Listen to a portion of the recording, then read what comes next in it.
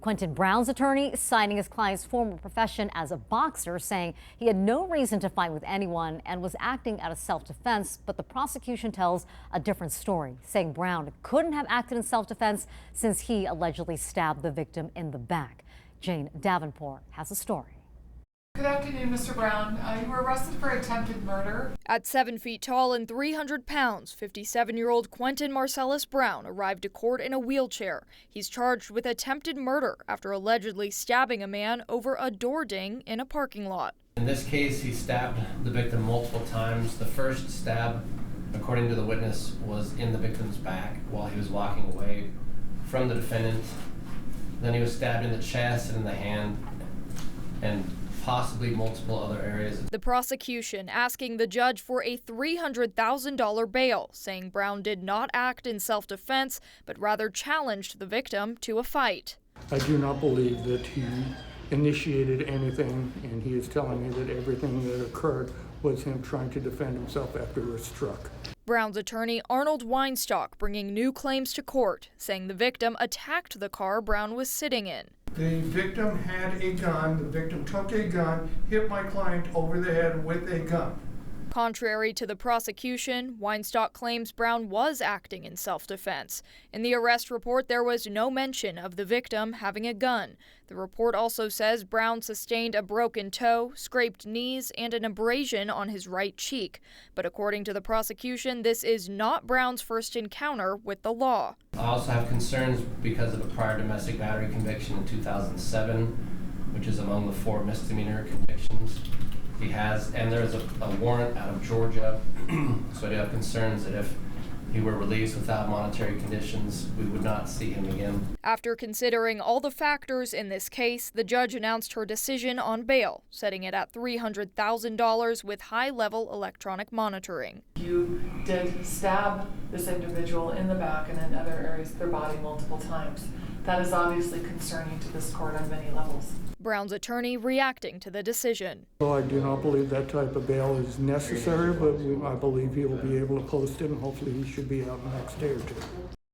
That was Jane Davenport reporting. In addition to seeing the victim with a bloody stomach, one witness says he saw the suspect with a 6-inch knife in his hand and watched him swing at the victim around 25 times. The arrest report says the weapon used in the incident was not recovered.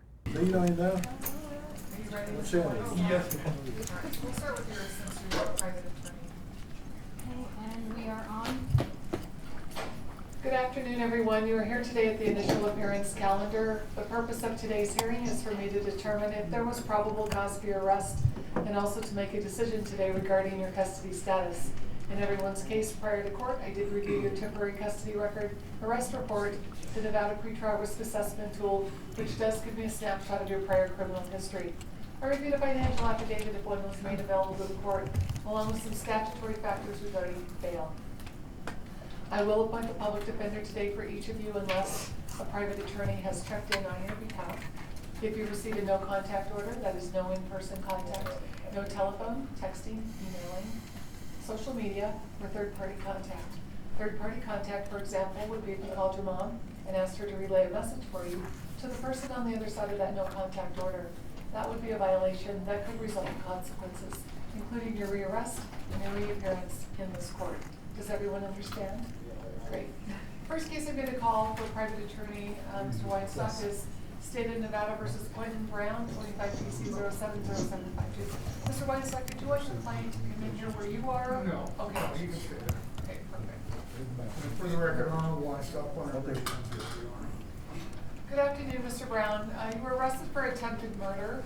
The court did find that probable cause existed for your arrest. I do need to hear from the district attorney's office today regarding your custody status, sir, and then I will hear from Mr. Weinstock.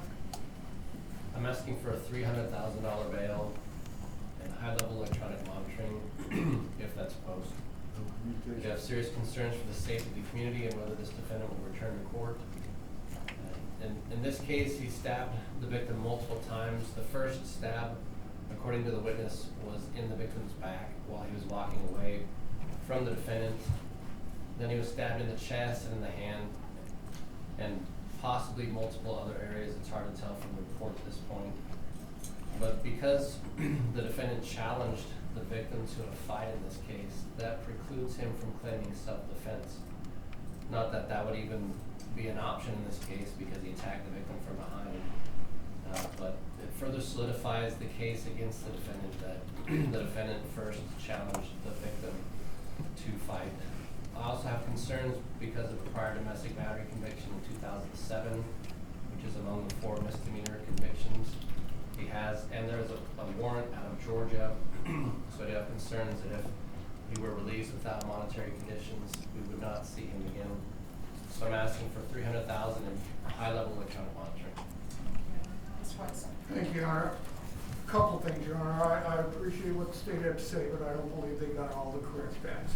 First off, my client was basically the victim in this case. He was in a vehicle when the alleged victim in this case actually attacked the car that my client was in. When my client got out, first off, my client is 7 feet tall. He's a prior heavyweight champion, boxing champion. He had no reason to fight with anybody, he had no reason to do anything. It was the victim that came to my client and tried to get my client to fight with him. The victim had a gun, the victim took a gun, hit my client over the head with a gun.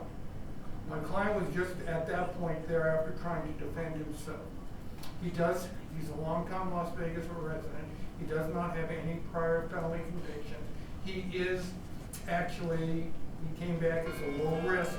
I know there is an override, but he does have a residence, he does have family here, he does have a lot of family support, Your Honor.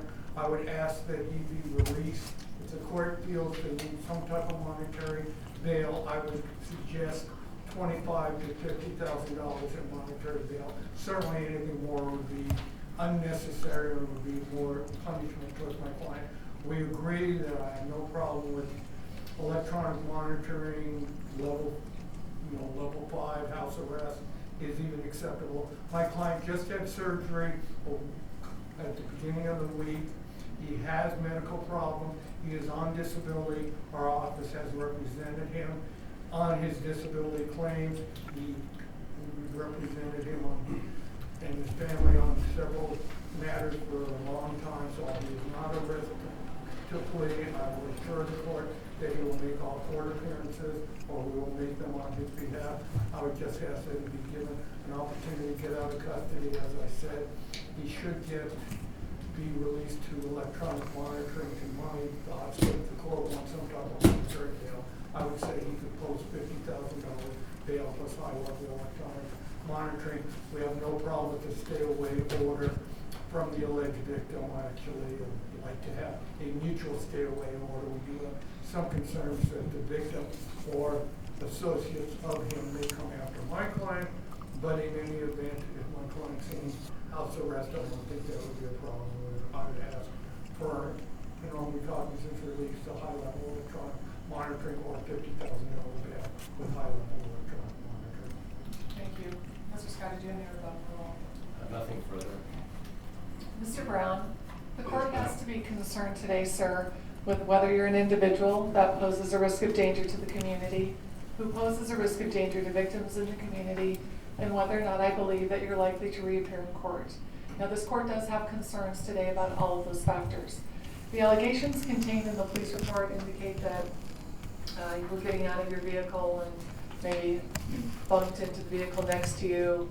Then the victim gets out and it kind of goes from there. But that you did stab this individual in the back and in other areas of the body multiple times. That is obviously concerning to this court on many levels. In looking at the pretrial risk assessment tool, you only scored a 1. That is on the low side. You have 1 prior felony or gross misdemeanor conviction back in 1992. That's very remote. 4 misdemeanor convictions, 1 for battery domestic violence, which was referenced by the district attorney. Again, that is on the remote side. 1 failure to appear. But you do have a possible warrant out of the state of Georgia for failing to appear, it looks like, in their jurisdiction. I have taken into consideration today your ties to the community. I did not have a financial affidavit to review, but I have taken into consideration your financial ability to post bail. The court does find today that the district attorney's office has met their burden. The court further finds by clear and convincing evidence that monetary bail is necessary and appropriate as the least restrictive means available to the court not only to ensure community safety and victim safety, but to ensure your reappearance in court. I am going to set bail today in the amount of $300,000, high-level electronic monitoring, no contact with the named victim. A detention order was not part of the court's findings today, sir, and your next court date will be August 26th at 8:30 in Department 2. Thank you. Thank you, Your Honor. Thank you, Mr. Weinstock. Nice to see you. Good, thank you, Your Honor.